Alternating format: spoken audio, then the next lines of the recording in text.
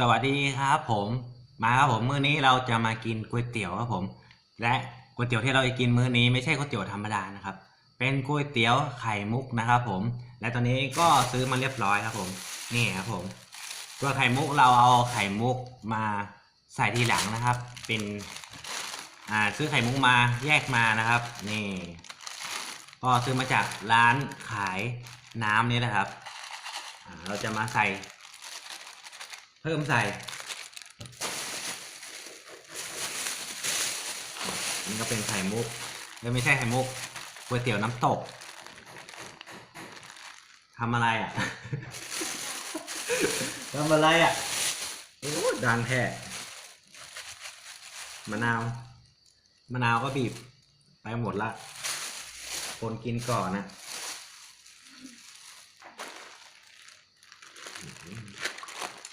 มาครับพี่น้องเราจะมาลองกินสักทีแล้วล่ะกินแล้วน้องก็หลานหิวมาเมิน เห็นเขาลงอะไรอะลงเฟซลงอะไรกันนะครับเขาบอกว่าเขาแชร์กันบอกว่าปกติไข่มุกเนี่ยเราจะกินกับน้ำชาน้ำนมเย็นปกติกินแบบนี้เนาะแต่ตอนนี้เขาเอาไข่มุกไปทำเป็นเมนูต่างๆหลายเมนูเลยหนึ่งในนั้นก็เป็นก๋วยเตี๋ยวเนี่ยแหละครับ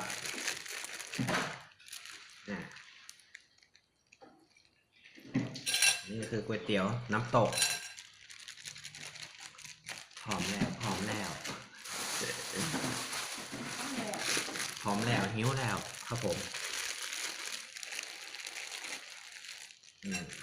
เส้นเล็ก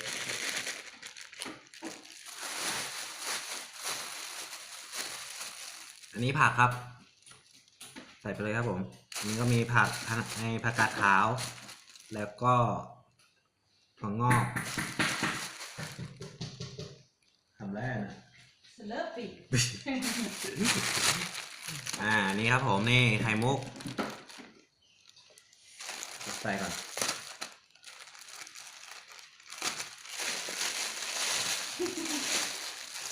ทำไรวะนะ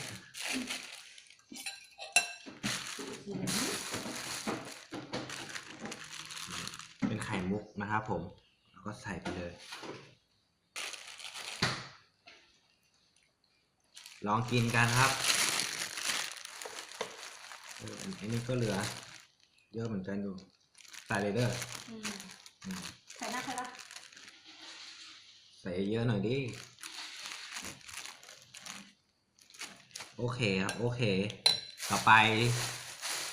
ปรุงเครื่องก่อน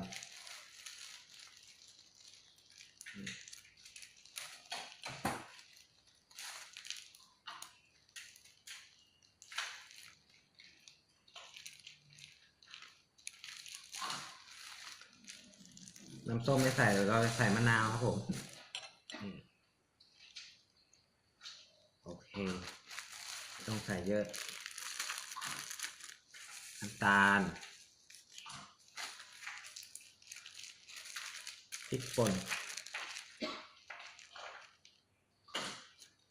ช้อนมันหลายอันจัง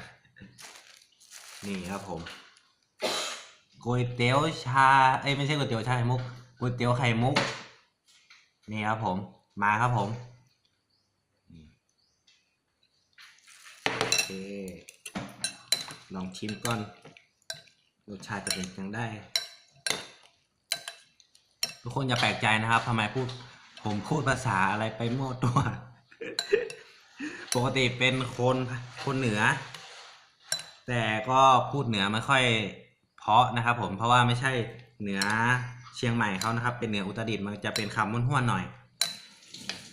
แต่จริงๆแล้วเนี่ยเป็นคนที่อยากพูดภาษาอีสานมาก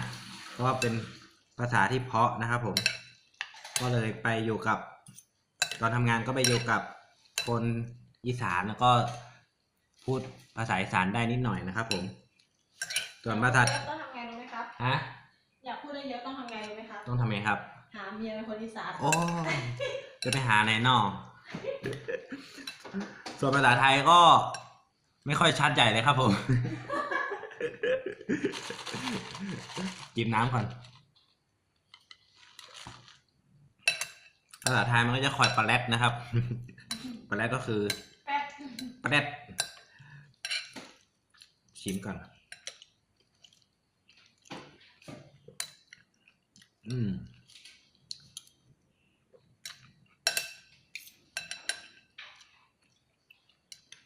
มาครับผมก๋วยเตี๋ยวไข่มุกครับโอ้เผ็ดมากว่ะเผ็ดใส่พริกเยอะแต่เกียบไม่มี มีสิครับ ไม่เอาครับ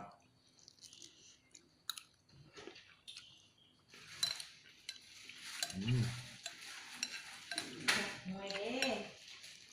อร่อย ล้ำกว่า ลำดู พี่ ชิมบอก บอก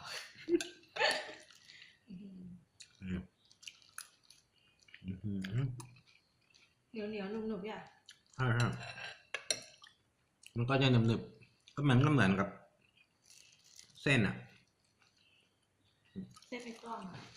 แต่มันหนึบกว่าเส้นใช่ป่ะ ใช่ มันจะหนึบกว่าเส้น ไม่รู้กินอะไรเลยเว้ย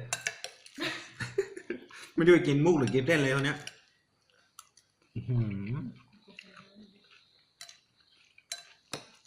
กาแฟกูหายเลย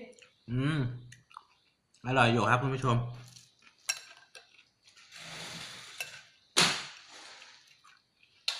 แต่มุกมันจะไม่มีรสชาติอะไรไง แต่มุกบางร้านที่เขาต้มใส่น้ำเชื่อมมันก็จะหวานหน่อย ใช่ถ้าเขาใส่น้ำตาลมันก็จะ มุกมันก็จะมีความหวานหน่อย แต่อันนี้มันมุกมันจืดน้ำอร่อย ๆมันอยากชิมอ่ะ มาแล้วบ้าง ไม่อยากจะบอกว่าตายเลย นะ ไม่ไม่ใช่คิดว่าตาย นี่ บินมึนอยู่มึน นี่ มึนเป็นกระนอนกองอยู่ที่พื้น ตอมอยู่ได้ มาครับผม เดี๋ยวให้ดูกันนี่ครับ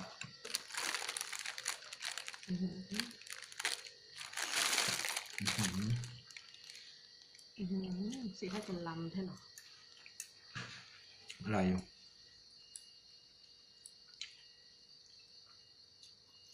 มื้อต่อไปก็ซื้อเกาเหลาไม่ต้องเอาเส้นไงเอามุกล้วนๆโอ้โหเต็มอร่อย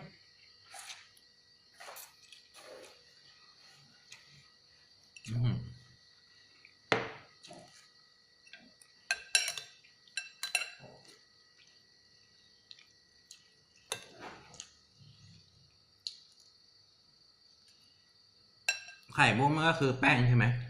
ใช่ มันคือแป้งครับคุณผู้ชม มันก็เอามาใส่ในเมนูที่เรา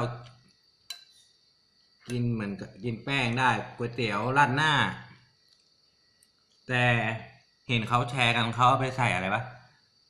เมนูปูอ่ะ เมนูปูอ่ะ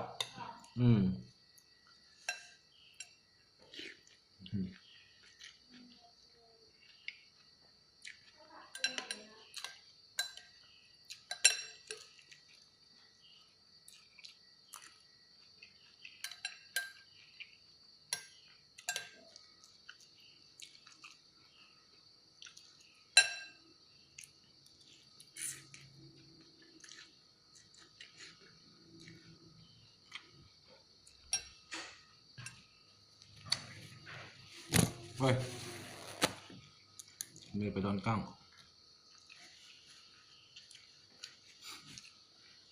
มาครับผมคุณผู้ชม กินก๋วยเตี๋ยวน้ำกันเด้อครับ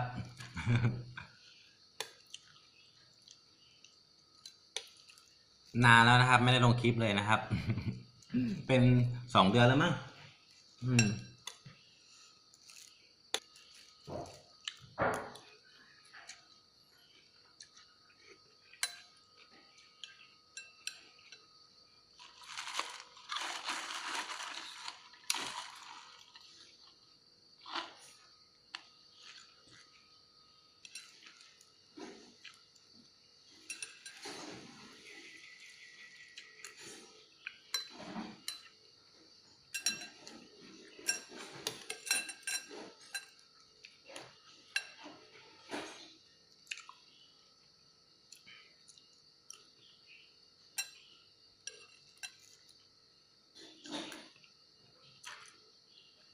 เผ็ดเผ็ด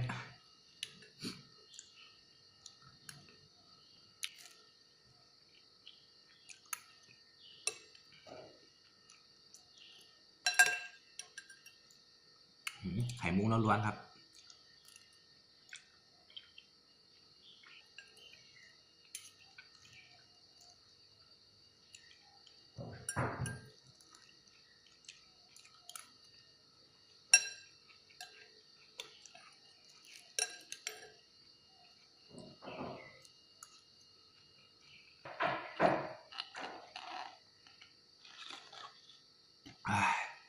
เผ็ดโอเคครับผมก็ไว้แค่นี้ก่อนนะครับพบกันคลิปหน้านะครับอย่าลืมกดซับสไครป์กดไลค์ให้เป็นกำลังใจให้ผมด้วยนะครับวันนี้ลาไปก่อนครับสวัสดีครับ